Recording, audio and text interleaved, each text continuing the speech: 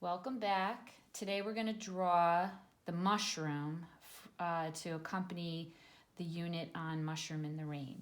So the mushroom that we're going to draw, you're going to need yellow, preferably. If you don't have yellow, you can use orange or any variation of orange or yellow. You need a lighter color for the under part of the mushroom. So and you can use paints if you want. As you can see, I have crayons, water paints, and markers. I'm guessing that that's probably what most people have. If you have tempera paints, those are always great to use. Any material you can use. I'm just going to show you how to do this. All right, so what you first want to do is you're going to make an oval. You're going to color your oval in. And like I said, you can use any material that you want. This is the underbelly of the mushroom.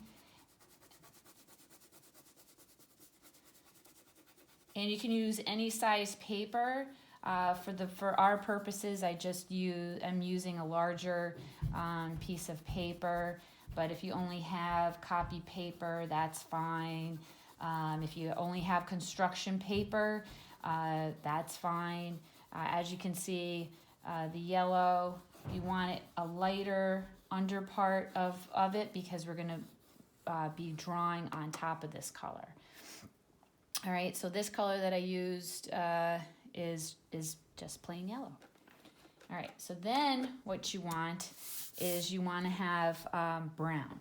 So you want to find any variation of brown. It can be preferably, though, you kind of want it on the darker side. So we're going to use, well, let's see, what is this? This is brick red. That's not going to work. It's purple. Let's see.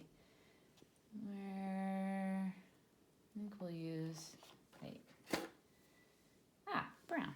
Okay, so the trick here is if you think, so here we did our oval. So everybody knows how to do an oval. So what we're going to do here is that you're going to kind of start on the outer part of the mushroom, not in the middle, but on the outer part, and you're going to draw an arch, similar to if you were to draw a rainbow, which we're going to be doing at some point as well.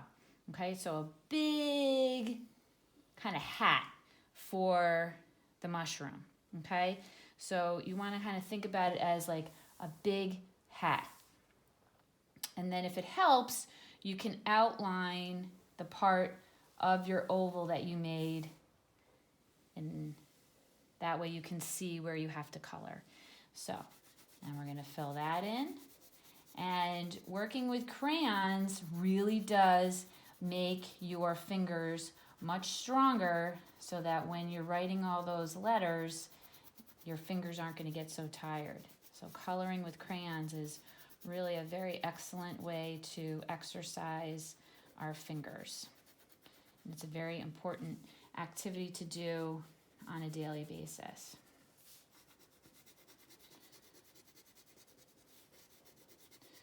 Now, if you want to get really creative with this mushroom, once you know how to draw it, you can, like in the back of the book, you can do a whole mushroom garden.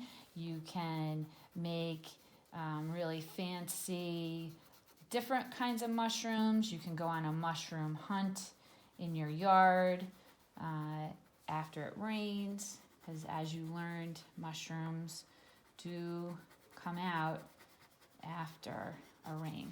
Okay, so there we go. So we have our hat for our mushroom, and now we need our stem. So, and that's pretty easy. As we learned when we drew our trees in the fall, the stem is a rectangle. So you want to find the middle part of your oval. So here you see the oval, and we have the hat for our mushroom, and now we're just going to do a rectangle.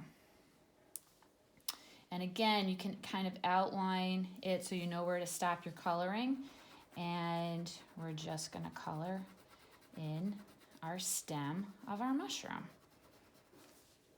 Now, I didn't change colors. I kept it with the brown.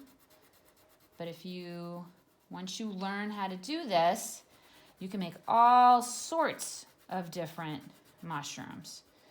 And then if you really want to get creative, you can make them on construction paper, then you can cut them out.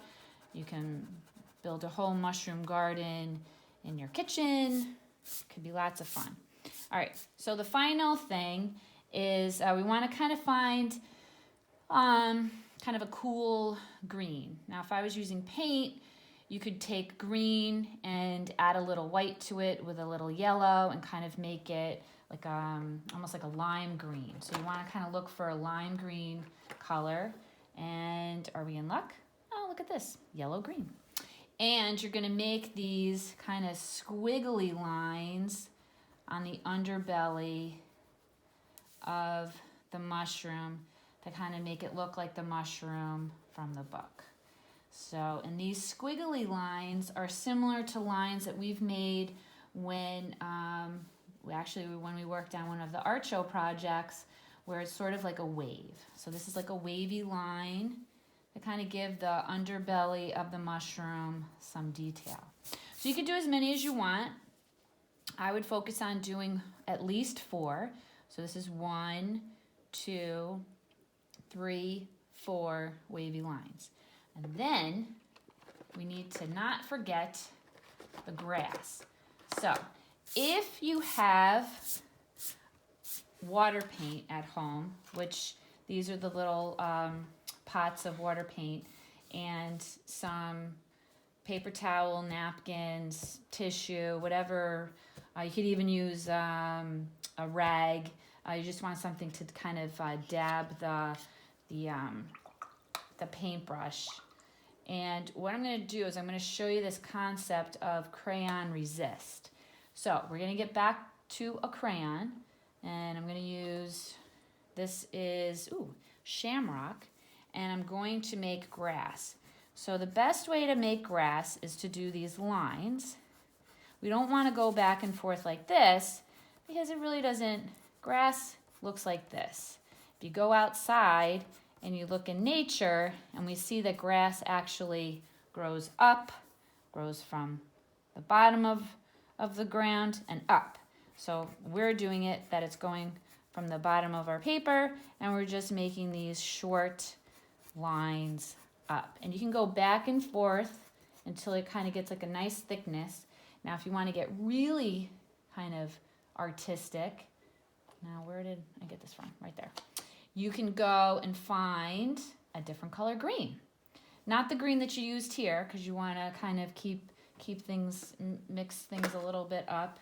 So, this is a metallic one. I wonder how this got in here. Anyway, so this is a metallic green. And you can kind of add some more lines. All right, so we're getting some nice grass there. And now the resist part comes is that crayons have like an oil to them. And your parents can show you how when you mix oil and any sort of water, they don't mix. And so you can still see my crayons marks, and the water paint is just filling in the white part. Now, the thing about water paint is the more water you add, the lighter the color. The less water you add, the darker the color.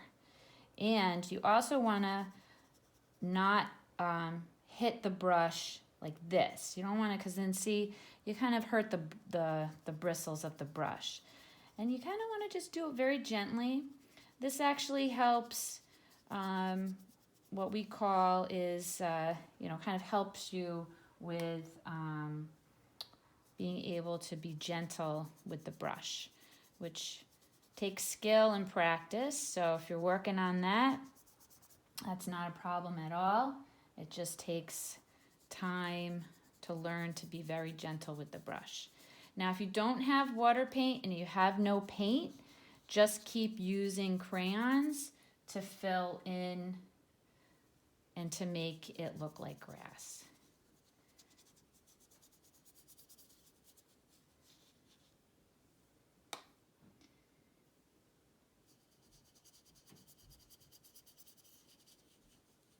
Now, because this is a rainy day, we're not going to be adding any sun. We're just going to be adding raindrops. And so I have markers to kind of aid with that. And I have different size markers. You have a thick marker and a thin marker. I also have different blues. So if you want, you can always,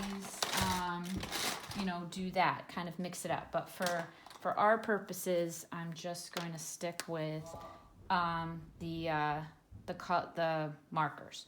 So we're just going to we can make large raindrops, which is basically just a long oval.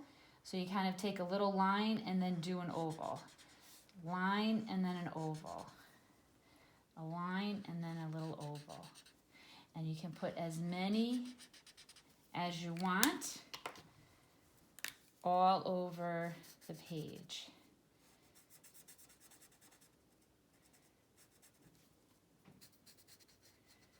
We're just kind of making lots and lots of raindrops. All right, so so you guys can continue filling in the raindrops. And then now that you know how to draw your mushroom, now you can add the creatures that live under the mushroom, and that is up to you. You can draw the butterfly, the bird, the fox, the frog, the toad sits up here, and you can also use your fingers to do the ant. Be as creative as possible and post me a picture. Great, have fun, enjoy.